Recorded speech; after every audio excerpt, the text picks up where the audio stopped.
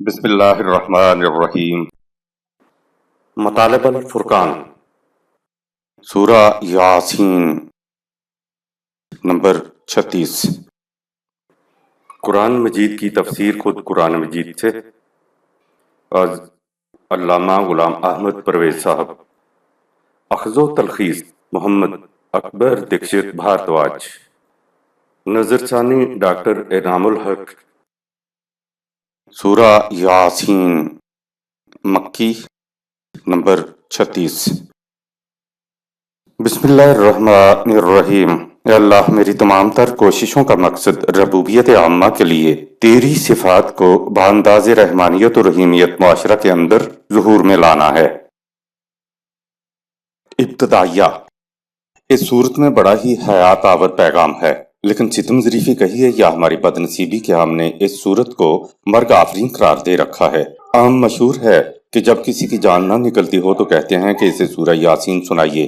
جہاں سے ہم نے حیات تازہ کا پیغام لینا تھا، وہ قرآن اب ہمارے اس کام آ رہا ہے کہ جب جان نہ نکلتی ہو تو سورہ یاسین سنائی جاتی ہے تاکہ جلدی سے جان نکل جائے۔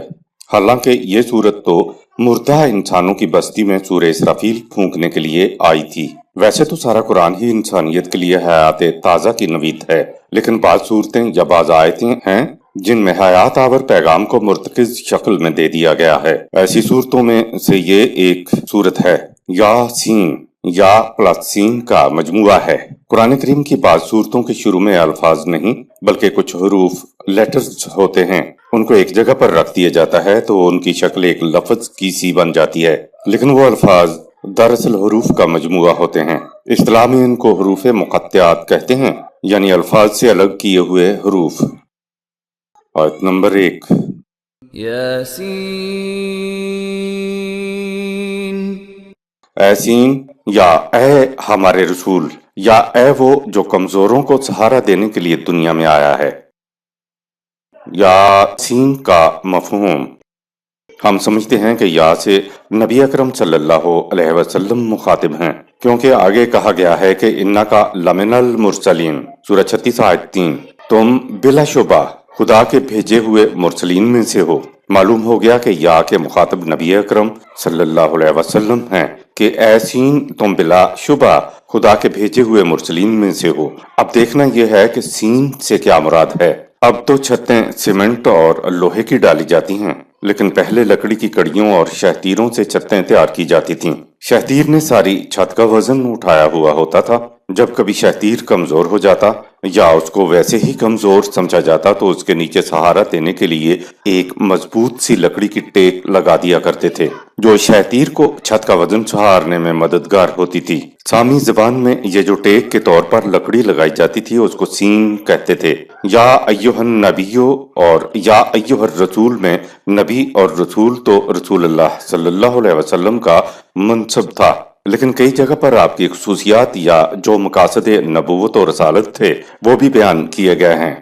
مثلا یہاں یاسین کہہ کر رسول اللہ صلی اللہ علیہ وسلم کی صفت بیان کی جا رہی ہے کہ اے وہ جو کمزوروں کو سہارا دینے کے لیے دنیا میں آیا ہے۔ یا ایھا المزمل، اے کاروان کی تزمیل کرنے والے سالار۔ یا ایھا المدثر، اے جہان خزاندیدہ پہ نئی بہار لانے کا موجب بننے والے۔ خصوصیات بیان کرنے کے لیے یا سے مخاطب کر کے صفات یا خصوصیات کی طرف اشارہ کیا گیا ہے۔ یہاں بھی کہا یاسین، سورہ 36 آیت 1، اے وہ جو کمزوروں کو سہارا دینے کے لیے دنیا میں آیا ہے۔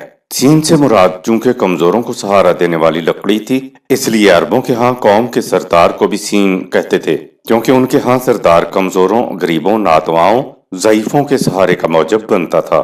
آگے عربی زبان کی خصوصیت ہے کہ انہوں نے انسان کے لیے بھی سین کو استعمال کیا۔ وہ کہتے ہیں کہ انسان تو ہم کہتے ہی اس کو ہیں جو غریبوں، ضعیفوں کے سہارے کا کام دے۔ جو غریبوں اور ضعیفوں کا سہارا نہ بنے اس کو عرب انسان کہتے ہی نہیں تھے، لہٰذا عربی میں تینوں مواقع پر سین کا استعمال ہوتا ہے، یعنی نمبر 1 کمزور شہتیر کو سہارا دینے والی لکڑی کہ شہتیر چھت کے وزن سے ٹوٹ کر گر نہ جائے۔ نمبر 2 قوم کا سردار جو کمزوروں اور ضعیفوں کے سہارے کا موجب بنے۔ اور نمبر 3 وہ انسان جو دوسروں کا سہارا بنے۔ اس لفظ سین میں پوشیدہ معنی دیکھیے اور قرآن کا انتخاب دیکھیے۔ حضور نبی اکرم صلی اللہ علیہ وسلم کی حیثیت صرف امت کو سہارا دینے کی ہی نہیں تھی، بلکہ وہ تو نوع انسانی کے ضعیفوں اور ناتواؤں کا سہارا بننے کے لیے آئے تھے۔ یہ ہے یاسین۔ آیت نمبر 2۔ والقرآن الحکیم، القرآن الحکیم اس بات پر شاہد ہے کہ آیت نمبر 3۔ انک لمن المرسلین، تم یقیناً خدا کے بھیجے ہوئے رسولوں میں سے ہو۔ قرآن کی شہادت کے نبی اکرم صلی اللہ علیہ وسلم خدا کے رسولوں میں سے تھے۔ واؤ کو ہمارے ہاں قسم کے لیے سمجھا جاتا ہے، لیکن واؤ قسم کے لیے نہیں بلکہ اس کے معنی شہادت کے، گواہی کے ہوتے ہیں۔ رسول اللہ صلی اللہ علیہ وسلم نے جو پیغام لوگوں تک پہنچایا، تو اب سوال یہ ہے کہ اس بات کا کیا ثبوت ہے کہ رسول اللہ صلی اللہ علیہ وسلم خدا کی طرف سے بھیجے ہوئے قاصد ہیں؟ جواب ہے القرآن الحکیم۔ القرآن الحکیم اس بات پر شاہد ہے، گواہ ہے کہ انا کا لمن المرسلین، سورہ 36 آیت نمبر 3۔ تم ہمارے بھیجے ہوئے مرسلین میں سے ہو۔ نبی اکرم صلی اللہ علیہ وسلم کی رسالت کی شہادت، گواہی القرآن الحکیم خود دے رہا ہے کہ یہ کسی انسان کا کلام نہیں ہے، یہ خدا کا کلام ہے اور تو اسے پہنچانے والا ہے۔ اسے قرآن کریم کی اندرونی شہادت کہتے ہیں۔ لوگ رسول اللہ صلی اللہ علیہ وسلم کے معجزات گنوا کر ثابت کرتے ہیں کہ قرآن خدا کا کلام ہے۔ روایات میں آئے ہوئے معجزوں سے ایک غیر مسلم کو مطمئن نہیں کیا جا سکتا۔ وہ تو یہی کہے گا کہ قرآن کہتا ہے وَمَا يَنْطِقُ عَنِ الْهَوَىٰ، سورہ 53 آیت نمبر 3، کہ یہ محمد صلی اللہ علیہ وسلم کے اپنے خیالات و فکر و جذبات نہیں، لیکن مجھے ثبوت دو کہ یہ قرآن رسول اللہ صلی اللہ علیہ وسلم کی فکر کا نتیجہ نہیں تھا۔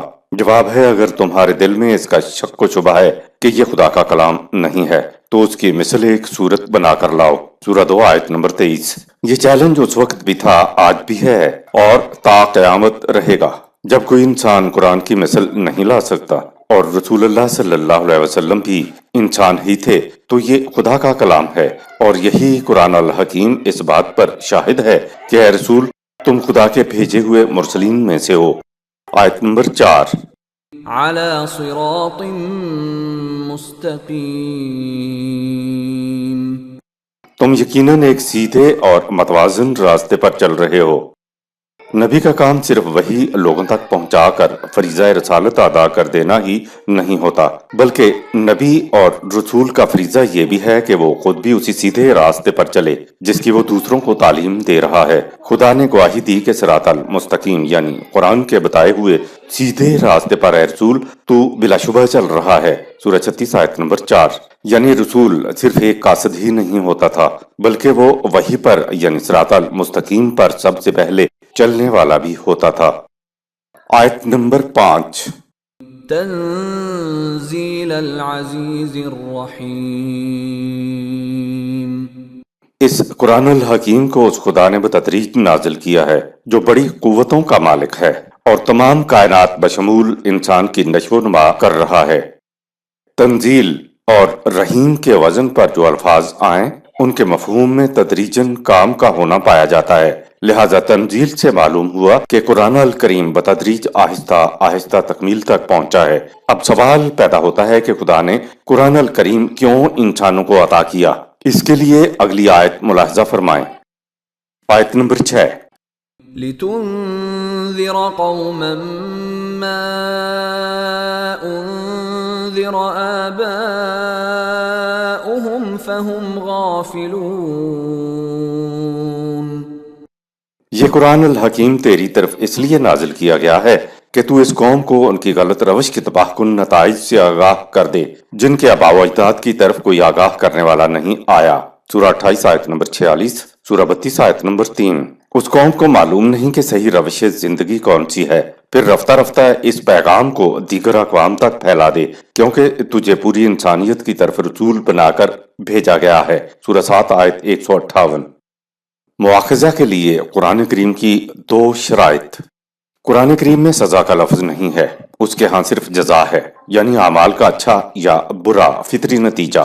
قرآن الکریم مواخذہ کے لیے 2 شرائط کو لازم قرار دیتا ہے۔ ایک تو یہ کہ اس قوم تک خدا کا پیغام پہنچ گیا ہو، اگر کسی تک یہ پیغام نہ پہنچا ہو تو اس پر کوئی مواخذہ نہیں ہو سکتا۔ دوسری شرط یہ ہے کہ اس قوم کی ذہنی سطح اتنی بلند ہو کہ یہ سماعت، بصارت اور قلب سے کام لینا جانتی ہو۔ اس قوم میں سمجھنے سوچنے کی صلاحیت ہو اور پیغام کو سمجھ چکی ہو۔ جب یہ ہو جائے تو تمام حجت ہو جاتا ہے۔ پھر پوچھا جاتا ہے کہ تم اس پیغام کے خلاف کیوں چلے تھے؟ اگر پیغام ہی نہیں تو پھر ایسی قوم قابل مواخذہ نہیں، اور اگر پہنچا تو ہے لیکن وہ پیغام ان کی سمجھ سے بلند ہے تو بھی کوئی مواخذہ نہیں ہے۔ لیکن جن کے پاس پیغام نہ پہنچا یا پہنچا تو ہے لیکن پیغام ان کی سمجھ سے بلند ہے، تو ایسی صورت میں قوم قوانین خداوندی کے مطابق اپنی زندگی بسر نہ کر سکے گی، تو انسانی ذات تو غیر نشو و نما یافتہ ہی رہ جائے گی، اور غیر نشو و نما یافتہ ذات کا جو فطری نتیجہ ہوگا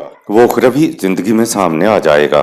قانون مکافات کے نزدیک کسی کے لیے کوئی رعایت نہیں ہے۔ عربوں کی طرف حضرت اسماعیل علیہ السلام سے لے کر محمد صلی اللہ علیہ وسلم تک کے تمام درمیانی عرصہ میں کوئی رسول یا نذیر نہیں آیا تھا۔ آیت نمبر 7۔ لقد حق القول على أكثرهم فهم لا يؤمنون۔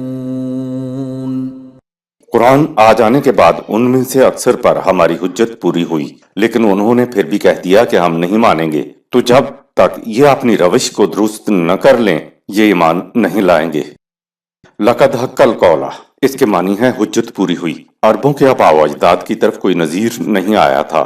محمد صلی اللہ علیہ وسلم کے ذریعے پیغام پہنچا کر اتمام حجت کر دی گئی۔ پچھلی آیت میں تو یہی کہا گیا ہے کہ تو اس قوم کو صحیح اور غلط راستے سے آگاہ کر دے، سورہ 36 آیت نمبر 6۔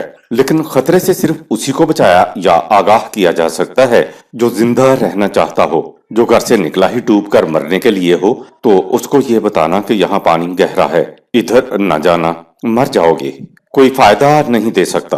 اسی صورت میں آگے ہے کہ لے تنذرا من کان حیا، سورہ 36 آیت نمبر 70، یعنی تم صرف انہی کو تباہی سے آگاہ متنبہ کر سکتے ہو جو زندہ رہنا چاہتے ہیں، جن میں زندہ رہنے کی خواہش نہ ہو یا جن میں اپنی ذات کی نشو و نما کرنے کی تڑپ نہ ہو، ان کے لیے قرآنی پیغام کسی کام کا نہیں ہے۔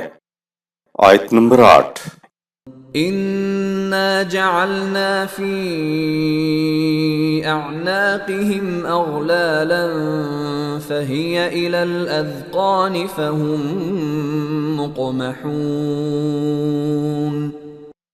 جو لوگ اندھی تقلید اختیار کر لیتے ہیں ان کی کیفیت ایسی ہو جاتی ہے جیسے کسی کی گردن میں ایسا توق ڈال دیا جائے جس سے اس کا سر اوپر کی طرف اٹھا رہ جائے اور وہ اپنے سامنے کا راستہ دیکھ ہی نہ سکے۔ تقلید پرستوں کو حال کی بجائے صرف دور کھڑا ماضی ہی نظر آتا ہے۔ اغلالن، توق، گلے میں توق ہو تو انسان کی کیفیت یہ ہو جاتی ہے کہ وہ اپنے قدموں کی طرف نہیں دیکھ سکتا۔ گردن اٹھی رہنے کی وجہ سے وہ صرف دور ہی دیکھ سکتا ہے۔ آپ نے کئی افراد کو دیکھا ہوگا جنہوں نے گردن کے مرض کی وجہ سے گلے میں ایک پٹا باندھا ہوا ہوتا ہے جس کی وجہ سے مریض گردن کو نیچے کی طرف نہیں جھکا سکتا۔ اس پٹے کو انگریزی میں سروائیکل کالر کہتے ہیں۔ راستہ چلنے کے لیے یہ دیکھنا ضروری ہے کہ قدموں کے سامنے کوئی خطرے والی بات تو نہیں، یعنی کوئی سانپ یا کھڈ تو آگے نہیں ہے۔ اب اگر گردن کو جھکا کر نیچے کوئی نہ دیکھ سکے اور دیکھنے کی بات صرف دور تک رہے تو وہ خطرے سے تو آگاہ نہیں ہو سکتا۔ جو لوگ آباء و اجداد کی اندھی تقلید اختیار کر لیتے ہیں ان کی گردن میں سچ مچ کا توق نہیں پڑ جاتا، البتہ ان کی کیفیت ایسی ہو جاتی ہے کہ گردن اٹھی ہوئی ہونے کی وجہ سے انہیں حال کی زندگی پریزنٹ نظر نہیں آتا، نظر آتا بھی ہے تو صرف دور کی شے یعنی ماضی میں گزرے آباء و اجداد کی روش نظر آتی ہے۔ تقلید پرست انسان کی مثال قرآن نے گلے میں پڑے ہوئے توق سے دی ہے، یعنی چلے جا رہے ہیں لیکن سر اوپر کا اوپر ہی ہے۔ تقلید پرستوں کی ہٹ دھرمی اور ضد کا کیا خوب نقشہ قرآن نے کھینچا ہے۔ آیت نمبر 9۔ وَجَعَلْنَا مِن بَيْنِ أَيْدِيهِمْ سَدًّا وَمِنْ خَلْفِهِمْ سَدًّا فَأَغْشَيْنَاهُمْ فَهُمْ لَا يُبْصِرُونَ۔ تقلید پرستوں کے آگے بھی جہالت کی دیوار ہوتی ہے اور پیچھے بھی، اس طرح ان کی آنکھوں پر پردے پڑ جاتے ہیں اور پھر وہ بصیرت سے بھی محروم ہو جاتے ہیں۔ تقلید پرست مستقبل سے متعلق مفید فیصلے حال میں نہیں کر سکتے۔ تقلید پرستوں کی پہلی کیفیت تو گردن توق زدہ بتائی، جس کی وجہ سے ان لوگوں کی نظر حال پریزنٹ پر نہیں رہتی، یہ لوگ صرف گزرے ماضی کو ہی دور تک دیکھ سکتے ہیں۔ اب اس آیت میں بتایا کہ تقلید پرستوں کے آگے اور پیچھے دیوار کھڑی ہو جاتی ہے۔ دیوار سچ مچ کھڑی نہیں ہو جاتی، قرآن صرف وہ کیفیت بیان کر رہا ہے جو کسی کے آگے اور پیچھے دیوار کھڑی ہونے سے ہوا کرتی ہے۔ تقلید پرستوں سے جب بھی بات کرو تو 1400 سال پرانے ماضی کے قصے ہمیں سناتے ہیں۔ ہمارے آباؤ اجداد ایسے تھے۔ پیچھے دیوار سے مراد ہے کہ تقلید پرست ماضی سے بھی کچھ سبق نہیں لیتے، اور آگے دیوار سے مراد ہے کہ وہ مستقبل سے متعلق مفید فیصلے حال پریزنٹ میں نہیں کر سکتے۔ اندازہ لگائیے کہ آگے اور پیچھے دیواریں کھڑی ہوئی ہیں اور اوپر سے گلے میں توق بھی پڑا ہوا ہے، تو انسان کی یہ کیا کیفیت ہوئی؟ یہ حالت اس کی ہوتی ہے جس کی آنکھوں پر عقیدت مندی کی پٹی بندھی ہوئی ہو۔ اس حالت کا نتیجہ یہ نکلتا ہے کہ بصارت ہی نہیں بلکہ بصیرت بھی ختم ہو جاتی ہے۔ ایسے افراد کے لیے آخری الفاظ وہی ہوتے ہیں جو قرآن نے اگلی آیت میں کہے ہیں۔ آیت نمبر 10۔ وَسَوَاءٌ عَلَيْهِمْ أَأَنذَرْتَهُمْ أَمْ لَمْ تُنذِرْهُمْ لَا يُؤْمِنُونَ۔ ان کے لیے یکساں ہے خواہ تو انہیں ان کی غلط روش کے تباہ کن نتائج سے آگاہ کرے یا نہ کرے۔ ایسے لوگ جب تک اپنی غلط روش کو تبدیل نہ کریں یہ کبھی صداقت کو تسلیم نہیں کیا کرتے۔ سورہ 2 آیت نمبر 6۔ آیت نمبر 11۔ انما تنذر من اتبع الذکر وخشی الرحمن بالغیب فبشره بمغفرة وأجر کریم۔ غلط روش کے نتائج سے تنبیہ کا فائدہ تو یقیناً اسی کو پہنچ سکتا ہے جو عقل و فکر سے کام لے کر قانون خداوندی کا اتباع کرے اور نتائج کے سامنے آ جانے سے قبل تنبیہ کی خلاف ورزی کے تباہ کن نتائج سے خائف ہو کر تباہی سے بچے۔ اے رسول، جو زندگی کی صحیح روش اختیار کریں ان کو خوشگوار نتائج کی خوشخبری دے دے اور ان کو بتا دے کہ زندگی کے تمام خطرات سے ان کی حفاظت ہوگی اور ان کی محنت کا بڑا باعزت بدلہ ملے گا۔ اتباع اور اطاعت میں فرق۔ اتباع کے معنی ہیں محبت میں لگاؤ میں کسی کے پیچھے پیچھے چلنا، جیسے گائے یا بکری کا بچہ ماں کے پیچھے پیچھے چلتا ہے۔ اگر آگے چلنے والا خطرات سے آگاہ ہو تو اس کے پیچھے پیچھے چلنے والا راستے کے خطرات سے محفوظ رہتا ہے۔ اسی لیے یہاں اطاعت کی بجائے اتباع کرنے کے لیے کہا گیا ہے۔ اطاعت کہتے ہیں از خود برضا و رغبت کسی حکم کی تابعداری کرنا، لیکن اتباع میں کسی کے پیچھے پیچھے چلنا ہوتا ہے۔ پرخطر راستے پر محفوظ چلنے کا طریقہ یہ بتایا کہ تمہارے آگے آگے چلنے والا منظر یعنی محمد صلی اللہ علیہ وسلم یا ان کے بعد نظام خداوندی کا سربراہ راستے کے خطرات سے آگاہ ہے، اس لیے اس کے پیچھے پیچھے چلتے چلے جاؤ۔ یہ آگے چلنے والا بھی اکیلا نہیں ہے بلکہ اس کے پاس الذکر سورہ 36 آیت نمبر 11 ہے، لہٰذا جس کے ہاتھ میں الذکر ہے اس کے پیچھے پیچھے چلتے چلے جاؤ۔ جو لوگ پیچھے پیچھے چلنے والے ہیں ان کی خصوصیت یہ بتائی کہ وہ خشی الرحمن بالغیب سورہ 36 آیت نمبر 11 ہیں۔ خشیت کا مفہوم۔ وَخَشِيَ الرَّحْمَنَ بِالْغَیْبِ سورہ 36 آیت نمبر 11۔ عمومی ترجمہ کیا جاتا ہے وہ ڈرتے ہیں رحمان سے غیب میں۔ لفظ خشیہ کا ترجمہ ڈر خوف کر دیا جاتا ہے، حالانکہ ڈر خوف تو انسانیت کو کچلنے والی چیز ہے۔ قرآن تو جنتی معاشرے کی کیفیت لا خوف علیہم ولا هم یحزنون سورہ 2 آیت نمبر 112 بتاتا ہے، یعنی اس معاشرے میں نہ ڈر و خوف ہوتا ہے اور نہ افسردگی ہوتی ہے، لہٰذا خشیہ کے معنی ڈر نہیں ہو سکتے۔ علماء نفسیات بتاتے ہیں کہ انسان کے اندر جو سب سے زیادہ الجھنے اور پیچیدگیاں پیدا ہوتی ہیں تو وہ ڈر اور خوف سے پیدا ہوتی ہیں، لہٰذا خشیہ کا مفہوم ڈر یا خوف نہیں ہو سکتا۔ خشیت کا مفہوم سمجھنے کے لیے ذرا تصور میں لاؤ کہ فصل بو رکھی ہے، پانی فصل کو نہیں دیا جا رہا ہے تو فصل نے تو کچھ عرصے کے بعد ایک دن خشک ہو جانا ہے۔ یہ جو کسی پودے کو کسی فصل کو پانی نہ دینے سے پودے یا فصل کے خشک ہو جانے سے جو نقصان کا احساس ابھرتا ہے اسے عربی میں خشیت کہتے ہیں۔ خشیت تو کسان کا وہ احساس ہے کہ اگر وقت پہ پانی نہ دیا گیا تو میری کھیتی کے خشک ہو جانے سے مجھے یہ اور وہ نقصان ہوگا۔ پانی نہ دینے سے کسان کے دل میں جو نقصان کا احساس ابھرے گا اس احساس کو خشیت کہتے ہیں۔ اس خشیت سے محفوظ رہنے کا طریقہ تو یہ ہے کہ فصل کے خشک ہو جانے سے پہلے پہلے فصل کو پانی دے دیا جائے۔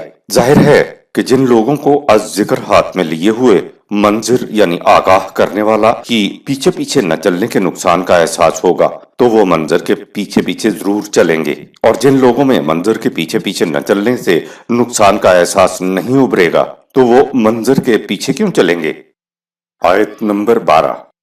إنا نحن نحيي الموتى ونكتب ما قدموا وآثارهم وكل شيء أحصيناه في إمام مبين۔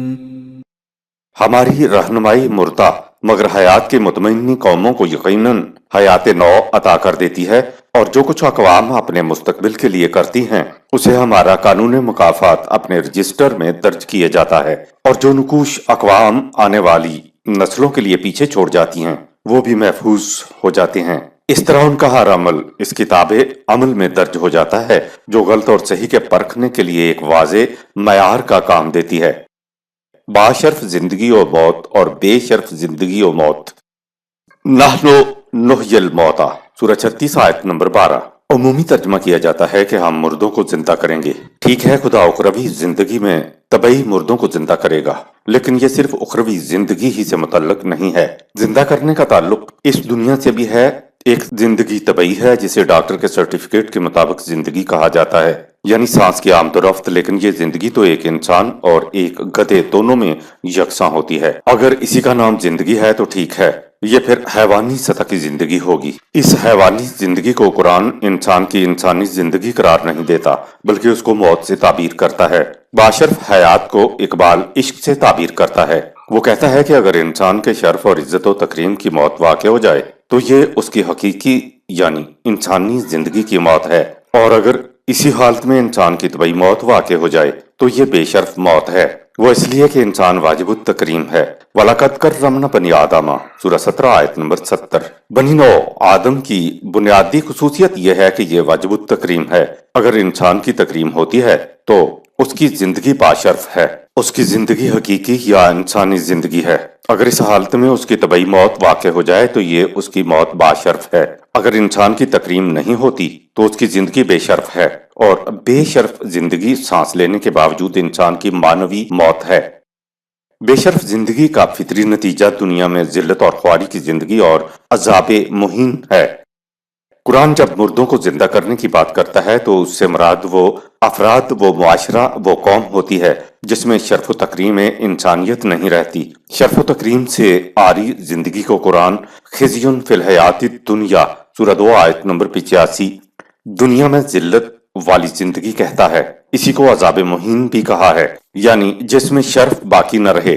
قرآن کریم معاشرے کے اندر ایسی نفسیاتی تبدیلی پیدا کرتا ہے جس سے معاشرے میں ہر فرد کو تکریم و شرف حاصل ہو جاتا ہے۔ اگر کسی معاشرے میں کسی انسان کی بھی تذلیل ہوتی ہے تو قرآن اسے اسلامی معاشرہ نہیں کہتا۔ اسلامی معاشرے میں ہر انسان انسان ہونے کی جہت سے واجب التکریم ہوتا ہے۔ سورہ 17 آیت نمبر 70۔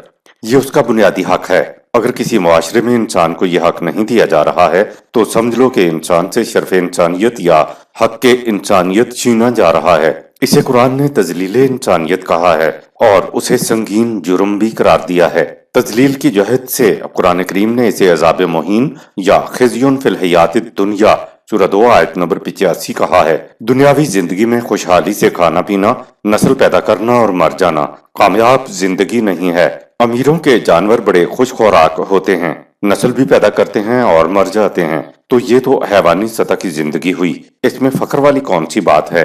حیوانی زندگی کی وضاحت تو خود قرآن کرتا ہے کہ والذین کفروا یتمتعون ویاکلون کما تاکل الانعام سورہ 47 آیت نمبر 12۔ جو لوگ کافر ہیں یعنی جو قرآن کے بتائے ہوئے شرف انسانیت والے راستے پر نہیں آئے، وہ اس طرح طبعی سامان زیست سے فائدہ اٹھا رہے ہیں جس طرح جانور فائدہ اٹھاتے ہیں، یعنی کھاتے اور پیتے ہیں اور حیوانی سطح سے بلند انسانی سطح پر نہیں آتے۔ یہاں قرآن نے حیوانی زندگی کو کفار کی زندگی کہا ہے۔ اگر بات سمجھ میں آ جائے اور خود پر زد پڑتی معلوم ہو تو ناراض ہونے کی ضرورت نہیں، کیونکہ یہ ہم نہیں کہہ رہے، یہ تو قرآن کہہ رہا ہے۔ اگر یہ شک گزرے کہ یہ انسانوں کے متعلق نہیں بلکہ حیوانات کے متعلق ہے تو آگے ہے وَالنَّارَ مَثْوًى لَهُمْ سورہ 47 آیت نمبر 12۔ ایسی زندگی کا نتیجہ جہنم ہے، حیوان تو جہنم میں جائیں گے نہیں، تو پھر یہ آیت انسانوں سے متعلق ہی ہوئی۔ شرف حیوان کا نہیں ہوتا، شرف تو انسان کی زندگی کا ہوتا ہے۔ کہا کہ اگر کھانا پینا اور نسل پیدا کرنا ہی مقصد ہے تو یہ حیوانی زندگی ہے، کفر کی زندگی ہے، اور اس کا نتیجہ دنیا و آخرت میں جہنم کی زندگی ہے۔ غور کریں تو آج ساری دنیا کو جہنم نے گھیر رکھا ہے، مگر یہ جہنم اہل بصیرت ہی کو نظر آتی ہے۔ آج جنہیں ویلفیئر اسٹیٹ کہا جاتا ہے، خودکشی کرنے کا سب سے زیادہ ریٹ وہاں کا ہے۔ حیوانی زندگی میں اقدار ویلیوز نہیں ہوتی۔ بیل گھر سے نکلتا ہے، جس کا کھیت سامنے آ جائے اس سے پیٹ بھر لیتا ہے، اس کے نزدیک صرف اپنی بھوک مٹانا کی اہمیت ہوتی ہے۔ بیل کی زندگی کفر کی زندگی ہے، اس کے سامنے جائز و ناجائز، گناہ و ثواب، حلال و حرام نہیں ہوتا۔ جائز و ناجائز، گناہ و ثواب، حلال و حرام کا تعلق شرف انسانیت والی زندگی سے ہے کہ صرف اپنے کھیت یا باغ سے کھانا ہے، کسی دوسرے کے کھیت یا باغ سے بغیر اجازت، یہ تمیز کرنا اقدار کہلاتی ہیں۔ جس کام سے شرف انسانیت کی تحقیر ہوتی ہے وہ حرام ہے، ناجائز ہے، کفر ہے، اور جس سے انسانیت کی تعمیر ہوتی ہو تو وہ جائز ہے، حلال ہے اور اسلامی ہے۔ نحل و نحی الموتى سورہ 36 آیت نمبر 12 سے قرآن کی مراد یہ ہے کہ ہم حیوانی سطح پر زندگی بسر کرنے والوں کو اس سطح پر لے جائیں گے کہ جہاں شرف انسانیت قائم ہو جائے گی، اور اسی کا نام اسلام ہے۔ محض کھانے پینے والی زندگی کو کفر کہا گیا ہے، تو جس زندگی میں کھانے پینے کو بھی نہ ملے جیسے ہماری زندگی، تو اس کے لیے کیا لفظ استعمال کیا جائے؟ جب تک بنیادی تقاضوں یعنی بھوک سے نجات اور خوف سے امن نہ مل جائے، انسان بلند اقدار کی طرف آ ہی نہیں سکتا۔ انسان کا اس کرۂ ارض پر سب سے زیادہ سنگین ترین مسئلہ روٹی کا ہے اور اس کے تحفظ کا مسئلہ ہے۔ اگر ان دونوں تقاضوں کی تسکین نہ ہو تو انسان ان سے بلند شے کے متعلق سوچ ہی نہیں سکتا۔ جب انسان روٹی کی طرف سے مطمئن ہو جاتا ہے تو اگلا تقاضا اس کے تحفظ کا ہے۔ اگر اسے روٹی تو ملے لیکن حفاظت نہیں ہے تو پھر بھی اس کی یہی کیفیت ہوگی، ہر وقت اسے خوف دامنگیر رہے گا۔ آج ماہر نفسیات کہتے ہیں کہ جب اس کے یہ دونوں تقاضے پورے ہو جائیں تو پھر انسان اس قابل ہو جاتا ہے کہ وہ اقدار ویلیوز کے متعلق سوچے۔ وہ کہتے ہیں کہ تم لاکھ واز اور نصیحتیں کرتے رہو کہ انسان کو جرائم پیشہ نہیں ہونا چاہیے، قانون کا احترام کرنا چاہیے، اخلاق حسنہ ہونے چاہیے، سیرت و کردار بلند ہونا چاہیے، جو جی میں آئے کر لو، ان سے کچھ نہیں ہونا۔ جو شخص روٹی اور حفاظت کی طرف سے مطمئن نہیں ہوگا وہ اقدار ویلیوز کے متعلق سوچ ہی نہیں سکتا۔ قرآن کریم نے 1400 سال قبل قریش کی بھوک اور خوف سے نجات کے بعد ان سے مطالبہ کیا کہ تمہارے دونوں بنیادی تقاضے پورے ہو رہے ہیں تو فَلْيَعْبُدُوا رَبَّ هَٰذَا الْبَيْتِ الَّذِي أَطْعَمَهُم مِّن جُوعٍ وَآمَنَهُم مِّن خَوْفٍ سورہ 106 آیات 3-4 کہہ کر اقدار خداوندی کی طرف متوجہ کیا کہ تم کیوں اس گھر کے رب کے قوانین کی اطاعت نہیں کرتے جبکہ تمہیں بھوک اور خوف سے نجات دی۔ معلوم ہوا کہ دو بنیادی تقاضوں کی تکمیل سے قبل خدا بھی انسانوں کو اقدار کی طرف نہیں بلاتا۔ جب قریش کے یہ دونوں تقاضے پورے ہو گئے تو قریش کو بلند زندگی یعنی اقدار خداوندی کی طرف توجہ نہ کرنے پر فَلْيَعْبُدُوا سورہ 106 آیت 3 کہہ کر تعجب کا اظہار کیا کہ یہ کیوں بلند زندگی کی طرف یعنی عبودیت خداوندی کی طرف نہیں آ رہے ہیں۔ بات سمجھ میں یہ آئی کہ جب خدا مردہ قوموں کو زندہ کرتا ہے تو کیا کرتا ہے؟ ان کو رزق اور تحفظ دونوں کا اطمینان دیتا ہے، پھر کہتا ہے فَلْيَعْبُدُوا۔ کھانے پینے کی ضرورت کی اہمیت کو خدا کم نہیں کرتا، البتہ وہ کہتا یہ ہے کہ جب یہ دونوں تقاضے پورے ہو رہے ہوں تو پھر مقصود زندگی حیوانی سطح کی زندگی نہیں ہونی چاہیے۔ اس کے بعد مقصود زندگی بلند سطح زندگی یعنی اقدار خداوندی کے مطابق زندگی بسر کرنا ہو جاتا ہے، جسے عبودیت خداوندی کہتے ہیں۔ میزان خداوندی میں تکریم انسانیت سے بڑھ کر کوئی نیکی نہیں۔ خوف اور بھوک سے نجات مل جانا تو زندگی کی بنیاد ہے، لیکن بنیاد کو عمارت تو نہیں کہتے۔ بنیاد آپ کو گرمی، سردی، بارش، چور اور ڈکیتی سے تو محفوظ نہیں رکھ سکتی۔ بنیادوں پر عمارت بھی بنانا ہوتی ہے۔ جب یہ خوف اور بھوک سے نجات کی بنیاد معاشرے کو حاصل ہو جائے گی تو پھر قوانین خداوندی کے مطابق امارت بنانا ہوتی ہے، جسے نظام خداوندی کہتے ہیں۔ جس معاشرے کے افراد کی کیفیت یہ ہو کہ محض کھانے پینے کو ہی مقصود حیات بنا لیں تو یہ کفر کی زندگی ہوگی۔ اگر معاشرہ اقدار خداوندی کے مطابق زندگی بسر کرے تو پھر انہیں ایسی امارت نصیب ہو جاتی ہے جس میں بلند سطح کی زندگی گزاری جاتی ہے، اور یوں مردہ معاشرہ زندہ ہوتا ہے اور پھر وہ معاشرہ زندہ قوموں میں شمار ہوتا ہے۔ ایسے معاشرے میں شرف انسانیت قائم رہتا ہے، اور معاشرے میں حیات بے شرف مرگ یعنی موت ہوتی ہے، اور مرگ باشرف حقیقی زندگی ہوتی ہے۔ اگر تم معلوم کرنا چاہتے ہو کہ سب سے بڑا ثواب کا کام کیا ہے، نیکی کا کام کیا ہے، انسانیت کیا ہے، ایمان کا کام کیا ہے، تو یاد رکھو وہ تکریم و تعظیم انسانیت ہے، اور میزان خداوندی میں سب سے بڑا جرم بھی کسی انسان کی توہین اور تذلیل کرنا ہے، خواہ یہ آپ کی نگاہوں کے اشارے سے ہو۔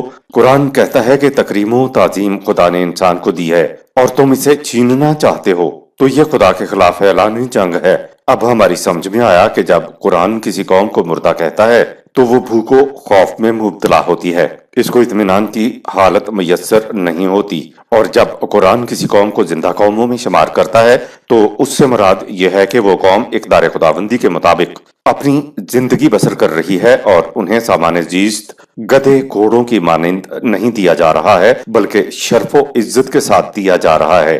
نظام خداوندی میں انسان نہ صرف خود کسی کا محکوم نہیں ہوتا بلکہ وہ دوسروں کو بھی غلامی سے آزادی دلاتا ہے۔ وہ نہ صرف خود ظلمات سے روشنی میں آتا ہے بلکہ وہ شمع نورانی وہی ہاتھ میں لے کر آگے آگے چلتا ہے تاکہ پیچھے آنے والے قوانین خداوندی کی روشنی میں آگے بڑھتے رہیں۔ سورہ 6 آیت 122۔ امام مبین کا مفہوم۔ وَكُلَّ شَيْءٍ أَحْصَيْنَاهُ فِي إِمَامٍ مُبِينٍ سورہ 36 آیت نمبر 12۔ ترجمہ یہ ہے کہ ہم ہر چیز کو ایک کتاب میں محفوظ کر لیتے ہیں جو واضح کر دیتی ہے۔ یہ محفوظ کر لینا تو وہ ہے جسے ہم اعمال نامہ کہتے ہیں۔ امام کی اصطلاح قرآن میں اعمال نامے کے لیے بھی استعمال ہوئی ہے۔ قوم کا مستقبل اور آنے والی نسلوں سے متعلق اعمال کیا موت کی طرف رہنمائی کر رہے ہیں یا زندگی کی طرف؟ اس کے لیے کہا کہ اس کا فیصلہ امام مبین کرے گا۔ انسان جو عمل بھی کرتا ہے اس کا نتیجہ بعد میں نکلنا ہوتا ہے، اور امام کے معنی ہوتے ہیں آگے چلنے والا۔ گویا ہم اپنے اعمال کو نتیجہ نکلنے کے لیے غیب میں یعنی آگے بھیج دیتے ہیں۔ جب انسان ظہور نتائج کے وقت وہاں آگے پہنچتا ہے تو وہ اپنے نتیجے کو سامنے پاتا ہے۔ انسان ہمیشہ عمل پہلے کرتا ہے اور پھر نتیجہ عمل کا پیچھا کرتا ہے۔ جو عمل کیا وہ آگے چلا گیا، اب نتیجہ 4 قدم پہ آ جائے، 10 قدم پہ آ جائے، اس دنیا میں سامنے آ جائے یا اخروی زندگی میں عمل اور نتیجہ دونوں بہرحال نقطہ ظہور کی طرف آگے بڑھتے چلے جاتے ہیں۔ قرآن نے طائر سورہ 17 آیت نمبر 13 لفظ بھی عمل کے لیے استعمال کیا ہے، اور مفہوم یہ ہے کہ وہ پرندہ جو ہاتھ سے نکل گیا اب وہ نہیں پکڑا جا سکتا، اب تو عمل نتیجہ برآمد کر کے ہی رہے گا۔ آیت نمبر 13۔ واضرب لهم مثلا أصحاب القرية إذ جاءها المرسلون۔ اور ان لوگوں کو یہ حقیقت ایک مثال کے ذریعے سمجھاؤ کہ ایک بستی تھی جس میں ہم نے اپنے رسول بھیجے۔ آیت نمبر 14۔ إذ أرسلنا إليهم 2 فكذبوهما فعززنا بثالث فقالوا إنا إليكم مرسلون۔ پہلے ہم نے اس بستی میں 2 رسول بھیجے لیکن لوگوں نے ان کی تکذیب کی، پھر ہم نے تیسرا رسول بھیجا تاکہ وہ پہلے 2 رسولوں کی تائید و تقویت کا موجب بنے۔ ان سب نے کہا بلا شبہ ہم خدا کے فرستادے ہیں، ہماری بات سنو۔ آیت نمبر 15۔ قالوا ما أنتم إلا بشر مثلنا وما أنزل الرحمن من شيء إن أنتم إلا تكذبون۔ بستی کے لوگوں نے کہہ دیا کہ تم تو ہماری ہی طرح کے انسان ہو، تم خدا کے فرستادے کس طرح ہو سکتے ہو، اور کہہ دیا کہ تمہاری طرف خدا کی وحی کچھ نہیں آتی،